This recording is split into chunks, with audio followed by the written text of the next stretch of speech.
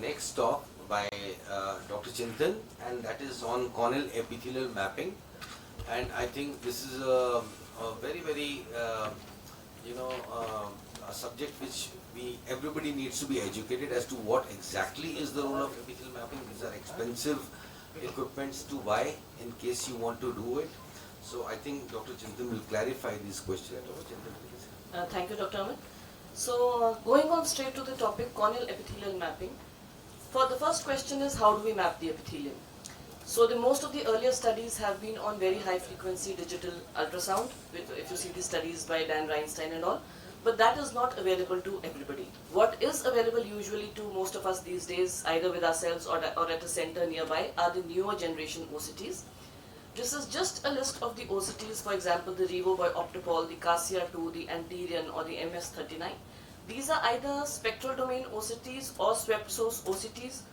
All of them are very fast, they capture images very quickly, and they have extremely good resolution, especially the spectral domain OCTs like the Revo and the MS39.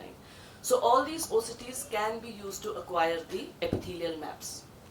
So now coming to the epithelium itself. The epithelium is a highly active and it's a self-renewing layer with a complete turnover within 5 to 7 days.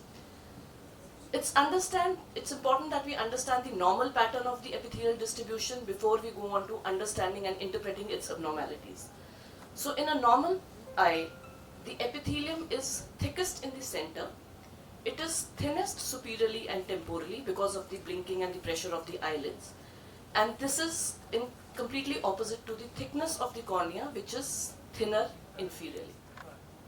Now that we know the normal pattern, we also need to understand, because it's a self-renewing layer, the epithelium is not a passive bystander, but it's a very dynamic entity.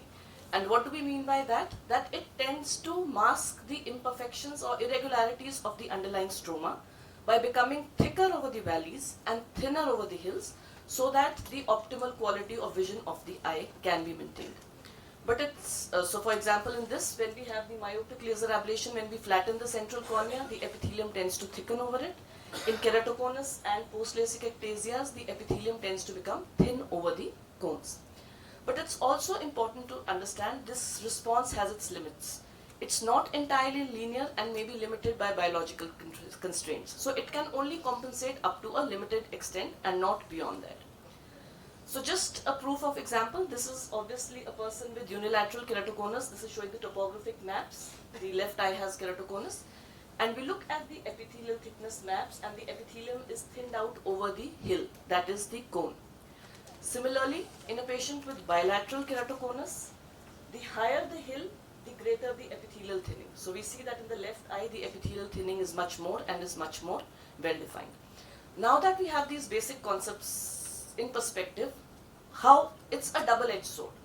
So because in early ectasia, we tend to look at the corneal topography and tomography and hope to make the diagnosis, but by covering up the irregularities, we may miss the diagnosis of ectasia if we are not looking at the epithelial maps separate from the topography maps.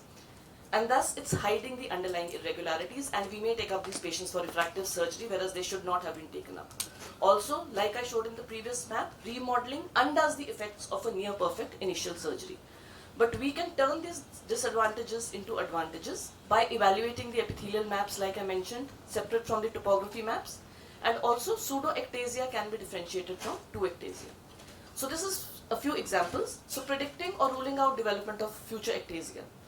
This is a young gentleman, he wants to join the army, wants refractive surgery. The K values are normal but on the higher side of the normal range, and but his thinnest pachymetry is 448 and everything is in hot colors. Now, do we go ahead with refractive surgery? Does he have keratoconus? The Bellin-Ambrosio map is grossly okay, except for the fact that the D value, which is a very important indicator, is borderline. It's suspicious. And this is where the epithelial mapping helps us to clear our mind completely. So we see that the epithelium is thinner superiorly, which is the normal pattern. So as there are no hills and valleys, the normal pattern of epithelial distribution is followed. Now, how can such patients be counseled? What we told him was, he is not a candidate for corneal-based refractive surgery. He can of course undergo phakic IOLs, but the refractive error was too small for that. He is very unlikely to develop ectasia in the future. Now this is as important. And frequent follow-ups are not required because he does not have keratoconus. Another patient, this was a 30-year-old lady who came to us. She had been advised CXL elsewhere because she was diagnosed to have keratoconus.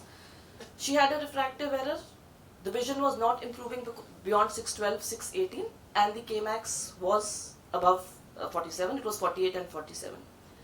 If we look at these maps, we see there is a central steepening, and there is also some posterior elevation. On the map, we can see there is anterior elevation and there is posterior elevation.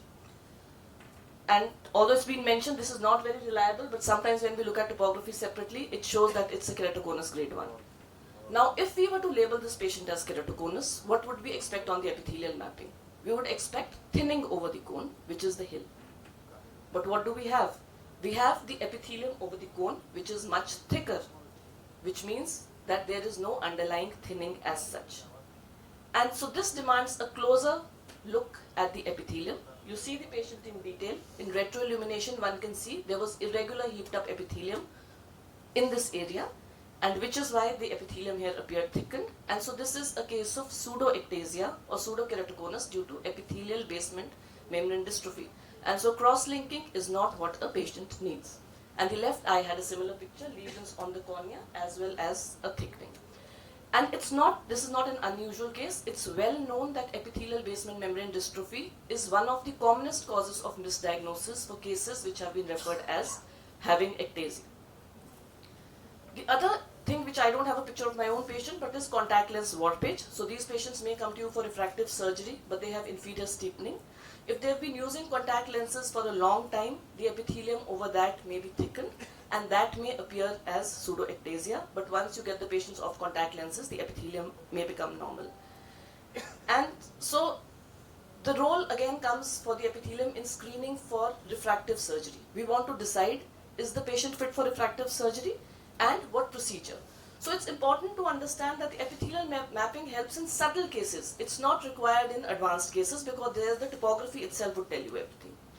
This is an elegant study where they studied 100 people, and they said that if you have focally thin epithelium, obviously that will rule out a laser vision correction, but because that implies underlying elevation. On the other hand, if you have inferior epithelial hypertrophy, you get the patient off contact lenses for a little while, or it may be due to some other problem. So it can help to rule in refractive surgery that this patient may be a patient for refractive surgery. And after they incorporated epithelial mapping into the evaluation, the eligibility of the patient for refractive surgery changed. So they said that 10% who were initially considered unfit, once you studied the epithelium in detail, were now considered fit for surgery, and 6% who were initially deemed eligible were screened out. And similarly, also the choice of surgical procedure changed for 16 patients. So if you have some doubts and the epithelial mapping is completely normal, if initially you were thinking of surface ablation, you could go ahead with a LASIK or an incisional surgery. So that's how it helps us. And coming to the last part of where the epithelium is helpful, so this is planning therapeutic treatments for irregular corneas. So I'll go back to the example I showed for this lady because she had an epithelial basement membrane dystrophy, and the irregular cornea was the one causing her the decreased visual acuity as well as symptoms of recurrent pains and erosions.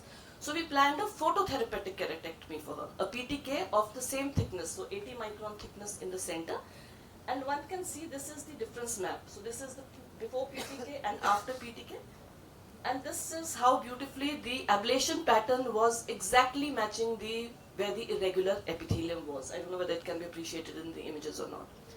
So to sum up, epithelial and the vision improved to 6/9, her symptoms of course improved.